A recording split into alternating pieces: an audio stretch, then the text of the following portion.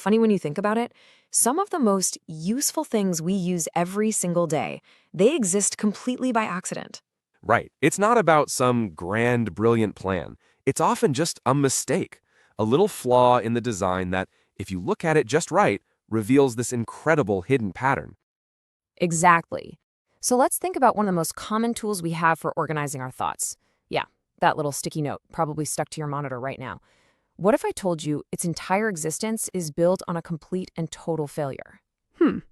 A failure to do what, though? Well, it was a failure to do pretty much the exact opposite of what it does today. Okay, so we're going to have to go back a bit to 1968, inside the labs at the company 3M. There's a scientist there, and he's on a mission to create something incredibly strong.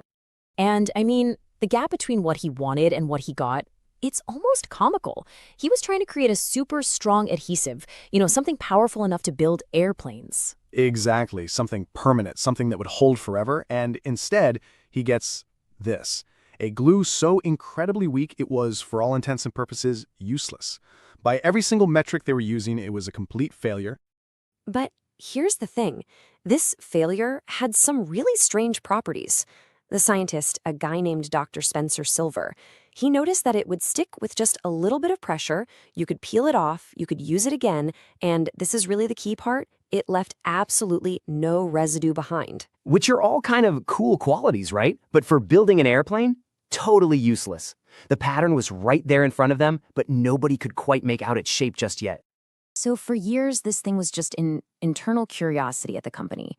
They actually called it a solution without a problem. Dr. Silver would go around showing off this weird, gentle glue, but nobody had any idea what it was for. Yeah, it's the classic situation, isn't it? You've invented something brand new, but it doesn't solve any problem that people currently have. It's basically an answer that's just waiting for the right question to come along. And believe it or not, that question was about to pop up in the most unexpected place. I mean, not in a high-tech lab, but in a church choir. Right. This is where we meet another scientist from 3M, a man named Art Fry. And he had this really simple, very human problem that had absolutely nothing to do with his day job. So Art Fry sang in his church choir, and every single week he'd use these little scraps of paper to mark the pages for the hymns in his songbook. Oh, we've all been there, right? You get everything set up, and then by the time you actually stand up to sing, they've all fluttered to the floor. It seems like such a tiny little thing, but that kind of small, repetitive frustration, man, that can be a powerful motivator. And it's right there, in that moment of simple frustration, that these two completely separate stories, the useless glue and the falling bookmarks, are about to collide. And the pattern finally gets a chance to reveal itself. So he's standing there in the choir, probably pretty annoyed, and it hits him. What he really needs is a bookmark that can stick to the page, but gently, something that won't rip the super thin paper in his hymn book. And that's when the memory clicks into place. He remembers attending that seminar, the one about that strange, weak, useless glue. All of a sudden, that solution without a problem was the absolute perfect solution to his problem. It's such a perfect example of this famous quote from Louis Pasteur. In the fields of observation, chance favors only the prepared mind. It's so true. This wasn't just random luck. Art Fry's mind was prepared by that constant frustration with his bookmarks. And that preparation is what allowed him to see the connection, to spot the pattern that had been completely invisible to everyone else. So Art Fry gets together with Dr. Silver, and they start making these little sticky bookmarks. But what's really wild is that even with this perfect, simple use case, they still couldn't get anyone at the company on board. Well, think about it. They were trying to sell something that didn't exist before. The whole idea was kind of absurd. So you want us to sell paper that only sticks for a little while? People just didn't get it. So they had to get really creative. They came up with this brilliant plan they called the Boise Blitz. They figured out that they couldn't just tell people what these things were for.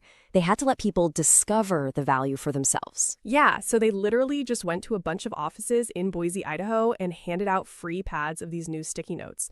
No big sales pitch, and the response was just staggering. 90%, 90 of the people who tried them ended up reordering. And Art Fry himself had this perfect explanation for why it took off. He said the product basically advertised itself. It makes so much sense when you think about it. You'd write a note, stick it on a document you're sending to someone else, they'd get it, peel off the note, and in that 1 second, they would instantly get it. The idea just spread by being used. It was like the pattern was contagious. And that simple, contagious loop led to, well, this. Just look at that number. 50 billion Post-it notes are made every single year. 50 billion. It's a number that's almost impossible to wrap your head around. And it all started with a glue that was a complete failure because it was just too weak. So when we talk about decoding the pattern here, it's really not just a story about a lucky accident. Not at all. It's really a story about perspective. It's about how sometimes the true value of an idea is hiding in plain sight, right inside its most obvious flaw. I mean, think about it. The very fact that this adhesive failed at being strong is the only reason it succeeded at being something else. Its greatest weakness turned out to be its defining strength. Exactly. It created a whole new category of tool. It's not a tool for permanence. It's a tool for things that are temporary, for organizing thoughts that are meant to be moved around, rearranged, and eventually just tossed away. And get this, the chain of accidents goes even deeper. Even the iconic bright yellow color was a total accident. No way. Really? Yep.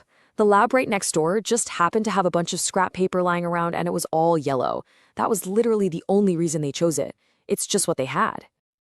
Wow. It just makes you wonder, doesn't it? This whole story, it reveals such a fundamental pattern about how innovation and discovery really work. It really does. It makes you ask, how many other so-called mistakes are out there right now, hidden in plain sight? How many other solutions without a problem are just sitting around, waiting for someone with a prepared mind to finally see the real pattern hiding inside?